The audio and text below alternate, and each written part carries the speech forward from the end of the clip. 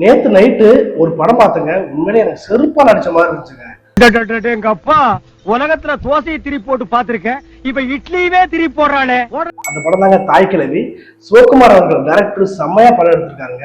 இந்த படத்துல எனக்கு 3 விஷயங்கள் எனக்கு தாக்கத்தை ஏற்படுச்சு. என்னன்னு பாத்தீங்கன்னா, ஒரு பெண்ணானவள் சமுதாயத்துல எப்படி வாழணும், எப்படி வாழக்கூடாது அப்படின்றத ரொம்ப அழகா இந்த படத்தை போல வெளிப்படுத்திருக்காங்க.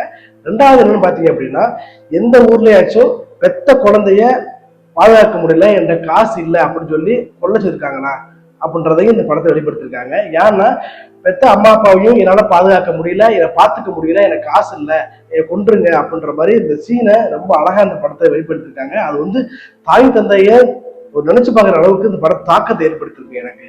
அது மட்டும் இல்லாத மூணாவது என்ன பார்த்தீங்கன்னா, ஒரு பெண்ணானவள் தொழில் செஞ்சா கண்டிப்பா பொழைச்சிக்கலாம், நம்ம யாருமே சார்ந்து இருக்கக்கூடாது அப்படின்றத ரொம்ப அழகா இந்த படத்துல சிவகுமார் அவர்கள் வெளிப்படுத்திருக்காங்க.